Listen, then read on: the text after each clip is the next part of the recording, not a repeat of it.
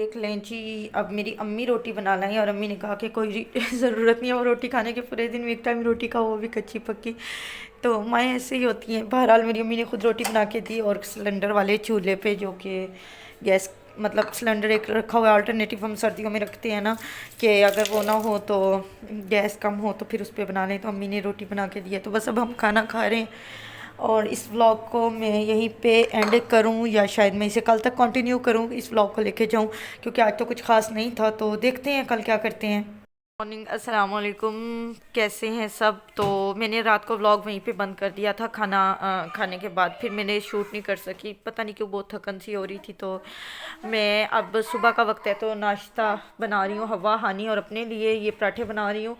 बहुत मतलब हम पराठा यूजली लेते ही नहीं है नाश्ते में, तो लेकिन ये कि आजकल मेरी अम्मी ने हवा को रोटी यानी पराठा खाने पे देसी घी का लगा दिया, तो मेरी अम्मी ने देसी घी बनाया भी हुआ है। तो वो कहती हैं कि फ़ोर्स करती हैं बल्कि कि खिलाया करो। तो मैं इस टाइम वही खिला रही थी बच्चों को, मतलब पराठा बना रही थी ये देसी घी वाले। तो हनी के भी नूडल्स ख़त्म हुए हैं और अम्मी कहती हैं हनी को भी पराठा ही दिया करो, इतना हेल्दी नहीं होते नूडल्स। तो वही मैं इनके मतलब दो पराठे बना रही हूँ। तो मैं भी ले लूँगी, हवा हनी जो भी ले लेंगी तो इतना ही होगा। मैंने कहा मैं ज़रा शूट कर लूँ, आप लोगों को दिखा दूँ कि एक एविडेंस रहे कि यार भी बजीरा को पराठा भी बनाना आता है। सिर्फ बातें नहीं करनी आती, पराठा भी बना लेती है। तो बस मैं इस टाइम वही बना रही हूँ। और सालन ये है कि हम रात वाला ही गर्म कर लेंगे, साथ चाय होगी। चाय मैं पीऊँगी, जाहिर है। हानि कभी कभी चाय पी लेती होती है, मैं कोशिश करती हूँ कि वो चाय पी ले, क्योंकि मेरी जो चाय होती है वो एक्चुअली चाय तो नहीं होती, गर्म दूध ही होता है। तो मुझे ये होता है कि चलो बच्चे थोड़ा सा अच्छा खा लें। तो ये देखें जी, मैंने पराठा डाल दिया था क्योंकि मेरा ट्राईपॉड पता नहीं कहाँ बच्चों ने गुम किया हुआ है। छोटा सा ट्राईपॉड है मेरे पास, इतना बड़ा है भी नहीं, कोई ख़ास गैजेट्स नहीं है मेरे पास। तो इसलिए फिर मैंने जब तवे पे रोटी डालनी थी तो इसलिए मैंने बंद किया, वरना ये नहीं है कि मैंने कोई मतलब कि किसी और से रोटी डलवाई है। तो बस अब मैं नाश्ता बना लूँ, रेडी कर लूँ। साथ मुझे हानि की आवाज़ें आई जा रही हैं कि मम्मा आ जाओ जल्दी से। इसके मैंने अंदर लगाया। मेरी अम्मी बहुत अच्छे पराठे बनाती हैं, मेरी अम्मी के पराठे सारी फैमिली में मशहूर हैं। तो लेकिन मुझे इतना अच्छा तो नहीं बनाना आता, लेकिन ये थोड़ा सा मैं भी बना लेती हूँ सही। तो सालन से तो मेरे घर वाले मेरे सालन से तौबा करते हैं, लेकिन मतलब मैं मेरे अकॉर्डिंग तो भाई अच्छा बना लेती हूँ। और मेरी सास जो हैं और मेरे ससुराल वाले बड़ी तारीफ़ करते हैं कि मैं बड़ा अच्छा सालन बनाती हूँ। लेकिन मेरे घर वाले ना, उन्हें असल में ना घर की मुर्गी दाल बराबर कदर नहीं है मेरी। वो करते ही नहीं है मेरी कोई मतलब कि वो कहते हैं नहीं नहीं बरीरा तुम आराम से बैठो, हम बना के लाते हैं तुम्हें खिलाएंगे। क्यों, असल में मुझे पता चल रहा था ये मुझसे अवॉइड कर रहे हैं, लेकिन ठीक है ओके करते रहे। मैं मुझे इस तरह घर में रूम में बैठे बैठे खाना मिल जाता है। असल में क्या कि मेरी अम्मी अच्छा खाना बनाती हैं, मेरी बहनें भी अच्छा बनाती हैं, मेरे हिसाब से मैं भी अच्छा बनाती हूँ। लेकिन ठीक है, अगर वो नहीं मानते तो क्या हुआ, बंदे को अपनी तो खुद ही तारीफ़ करते रहना चाहिए। तो बस मैं वही समझती हूँ कि मैं भी अच्छा बना लेती हूँ। और मेरी हवा तो खा लेती है फिर भी देसी घी वाला पराठा। हानि को तो कोई, हानि इतनी कोई खाने की चोर है ना, बस हानि नहीं खाती। अब मैं ये सालन गरम करने लगी हूँ। और ये देखें, ये अम्मी ने डाल के रख दिया, ये मैंने ही बनाया है। तो इसके अंदर ज़्यादा ऑयल को आप बिल्कुल इग्नोर कीजिएगा, आप समझिए कि आपको नज़र ही नहीं आ रहा, क्योंकि ये मैंने बनाया है। ठीक है, अगर ये मेरी अम्मी ने बनाया होता, ये मेरी किसी बहन ने, तो आप कह सकते थे कि इसमें ऑयल काफ़ी ज़्यादा है, लेकिन ये मैंने बनाया है तो इसमें ऑयल ज़्यादा नहीं है। और ये बस मैं अब गर्म करके लेके जा रही हूँ। और इसके बाद मैं चाय बनाऊंगी और साथ साथ मुझे बड़े शॉर्ट नोटिस पे नाश्ता बनाना था, क्योंकि पीछे से हवा बेड से अब वो चलने लग गई है तो उतरती है, तो हानि चिल्ला चिल्ला के मुझे बुलाती है मम्मा आ जाओ हवा उतर रही है। तो फिर हानि से अकेली से मैनेज नहीं होता। और बस मुझे ये है कि मैं नाश्ता करवा दूँ और फिर उसके बाद सारे धूप में जाके बैठ जाएंगे बाजमात। और अच्छा, ना धूप में बैठ के, हमारे घर में कोई स्नैकिंग नहीं होती, मतलब कोई माल्टे शाल्टे नहीं खाए जाते ना मूंगफली। एक चादरें झुक मुंह पे कर करके घूंघट निकाल के अलग अलग बैठे रहते हो खामोश, पता नहीं क्या कर रहे होते हैं। ना कोई बात ना कुछ खाना वाना, बस अजीब खुश सी फैमिली है मेरी। मैं ना इतनी खुल खुला के इसलिए अपनी फैमिली की बुराइयां कर रही हूँ, क्योंकि मेरी फैमिली कौन सा मेरे व्लॉग्स देखती है। तो अगर उन्होंने देख लिए तो माइंड करेंगे, तो कोई बात नहीं, वैसे वो देखते नहीं है, ऐसा मुजजा होना नहीं है कि वो मेरे व्लॉग्स देखें। तो इसलिए आप लोग को मैं बता रही हूँ मेरी फैमिली बड़ी सड़ियल सी है। और मेरी अम्मी है, कभी कभी वो मेरे साथ मतलब मैं ले आऊँ तो वो खा लेती हैं माल्टे वगैरह, लेकिन बाकी मेरी बहनें बहुत सड़ियल सी हैं।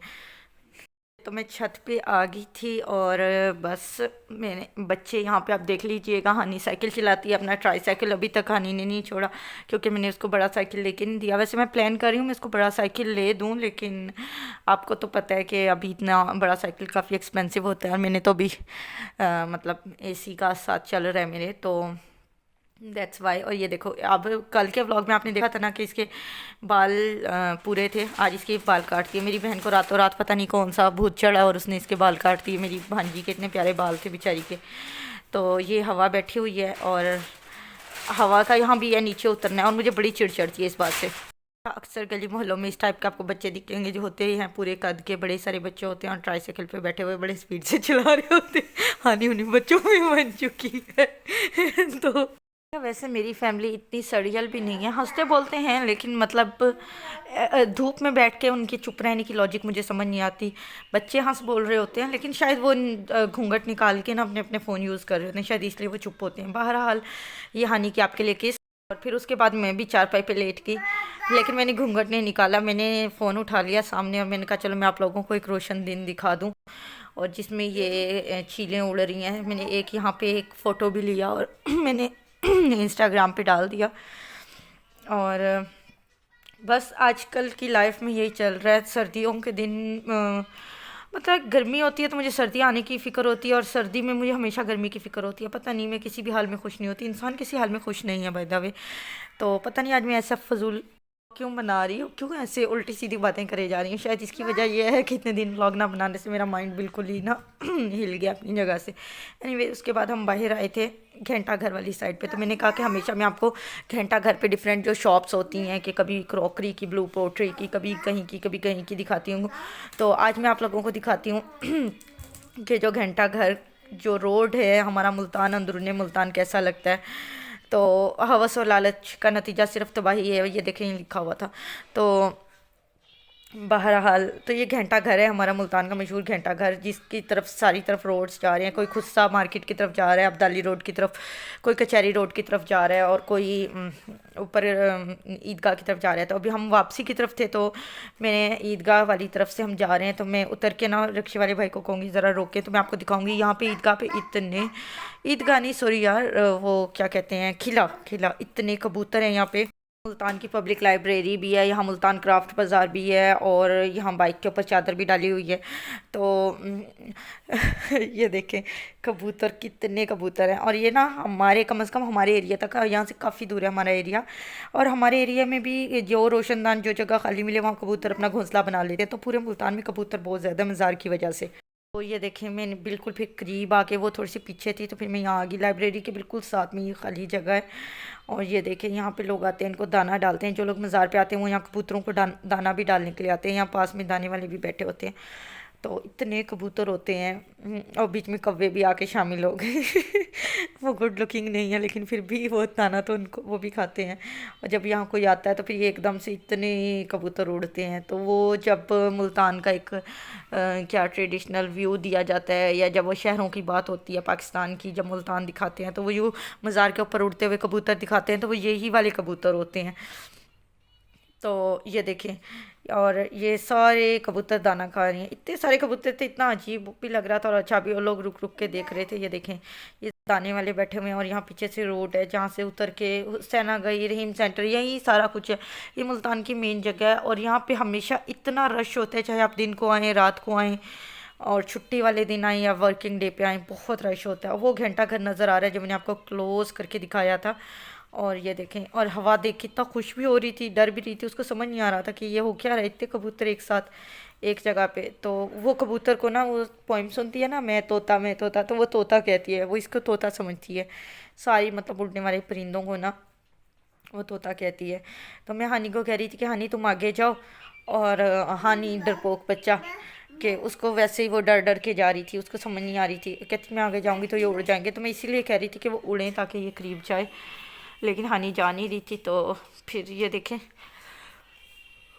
बहरहाल मुझे बड़ा फैसिनेट करता है कि यार मैं ना कभी ऐसे कपड़े पहनने, हवा चल रही हो, स्लोमो की तरह जा रहा, स्लोमो बनाए कोई मेरा, और मैं जाऊं और सारे कबूतर उड़ रहे हों। लेकिन ना ऐसे पॉसिबल नहीं है, ख्वाब तो ख्वाब ही होते हैं।